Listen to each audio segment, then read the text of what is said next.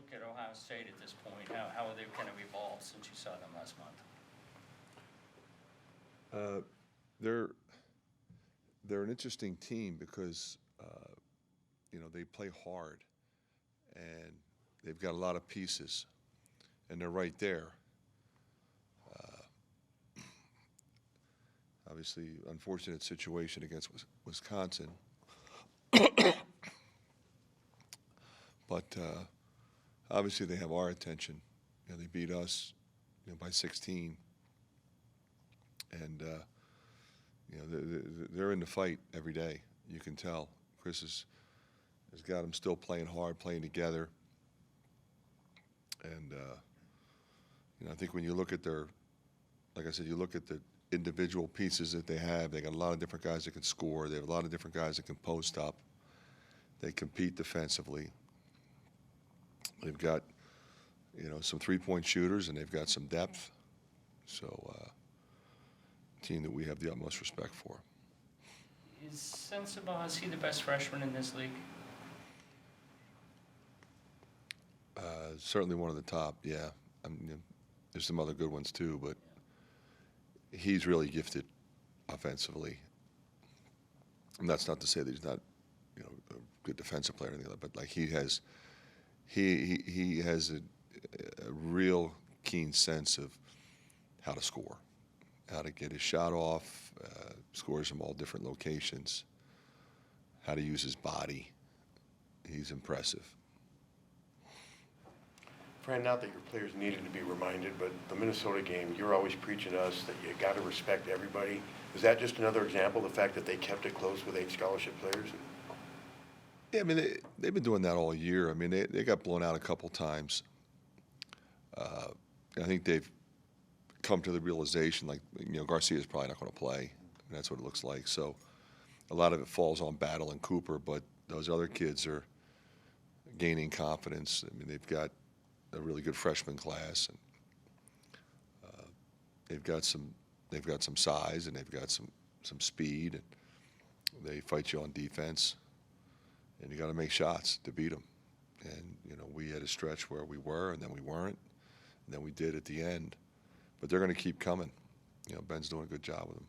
What did Michigan State do to Ohio State to hold them to 41 points? That score was a little bit. You're right. They held them to 41. That's impressive, but it was a little bit deceiving because they, the last 4 or 5 minutes, they really extended it. It was a pretty close game up until then, and they just kept scoring. The last went from like 9 or 10 to 20 pretty quick, and Walker went off a little bit. He's playing really well. Coach, your press has been pretty effective defensively as of late. What makes it so effective, and maybe what are some advantages and disadvantages of playing that spot? Yeah, there's always disadvantages because you're opening up the floor and giving them opportunities to attack you and throw over and shoot threes. It can be problematic when you play a team that plays 4 guards. But it's something that you can play different ways. You can be more aggressive with it, less aggressive with it. We were aggressive the other day, then we weren't so aggressive with it. And it can be more of a contained press. A lot of teams play contained press. We kind of do both. But we just feel like, it disrupts rhythm for the most part. You also have 6'8" Chris, 6'9" Patrick often at the front of the press. They move well laterally. How big is that? Yeah, it's good on a number of different levels. It limits what you can see, and you get a deflection or two, and you can create some offense with your defense. Both of those guys are pretty smart. How far to go and when to break it off and match up. And for the most part, if somebody tries to attack them, they can slide their feet as well. So that helps. Is that something you maybe look for in recruiting when you're deciding who to take? Do you kind of have a picture in your mind about how they can help offensively and as well as defensively? Yeah, I think with the way we play, as much length as you can have, Yeah, I think like any coach now is probably going in that direction. Whether you're playing man or zone, you need length. You want guys that are active and have a sense of that. What kind of feel do they have? The momentum shift, the time and score. Who's on the floor for them? Are we in the bonus or not? Do we need a steal? We got to come up. We got to be more aggressive now because we're running out of time. We can be less aggressive. We have the lead, and as long as the clock's moving, that's good. So there's a lot that goes into it. You're not just flying around. There's a purpose to it. Looking back at the Ohio State game in the second half, being connected on defense in the half court was an issue in that second half. What have you seen from the team second half of the Purdue game, throughout the Minnesota game, that's kind of rectified those issues? We have to be better than we were up there and give them credit. They got a lot of different guys that go off the dribble. A lot of different guys. Not only the guys that start, and he's changed his starting lineup 3 or 4 times. So you got Sensabaugh, you got Thornton, Likely, Sewing, Gale. He's got a multitude of guys. Key will come out and try to back you down more so than face up and take you off the dribble. But there's a lot of guys that are going. So you got to be able to hold your ground and then make decisions on your rotations and try not to get burned too badly on open threes. Well, 25 games in,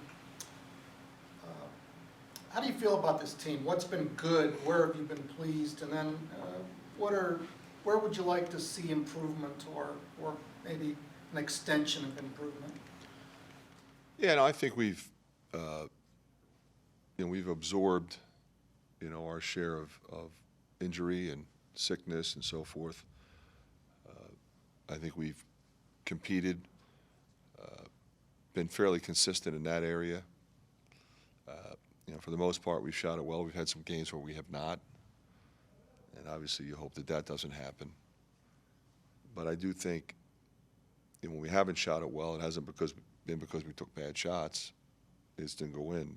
We still move it and share it. So from that standpoint, pleased with the unselfishness of the group. And obviously we have 6 games left, and all against really good teams. So you gotta make sure that you're locked into the game plan, that you're staying true to who you are. We're gonna push it, but we're gonna be smart with it. We got to fight defensively, and we got to fight on the glass. Did a really good job on the glass on Sunday. Obviously, a lot harder against Purdue with their incredible size, but did not do a good job there. So there's a lot of different things that you can improve on, but at the end of the day, you got to defend and rebound. How much does, the turnovers you've been forcing defensively not negate some of the rebounding issues you've had? Well, it's crucial, if you're, if they're getting 10 more rebounds than you gotta combat that. You gotta make more threes, or you gotta get some steals and some easy baskets. So, I do think that if you're having success with the press, it energizes you in a lot of ways at both ends. I think that's important. And we're going to continue to play that way. I probably got to get some guys some more minutes and keep some guys fresh. So the last 2 games I haven't played a lot of guys. What did you think about facing the press as a point guard when you were playing? Did it bug you? Did you say bring it on? Or You know what, Pat? It was a different time. Like when I played, we still didn't have the 3-point shot. But more teams did press. More teams played zone back then. Fewer teams were playing zone because of the 3-point shot. But it would really be a function of who were you playing against. I would welcome a press against a lot of people because I was really good at breaking it. But then there were teams, if you remember the really good Georgetown teams, we played them they were really quick and really big and physical. That's a lot harder, because now it's a function of, okay, get it to the point guard and he breaks the press. That's one component of it. But when you're playing a team like that, you better have 5 guys playing together and moving and coming to the ball and giving you options, because you're going to get trapped and you're going to get forced up the sideline into a trap. Can you see it coming? And all that. So you saw more 1-2-1-1 than you saw man-to-man, and you saw man-to-man run and jump.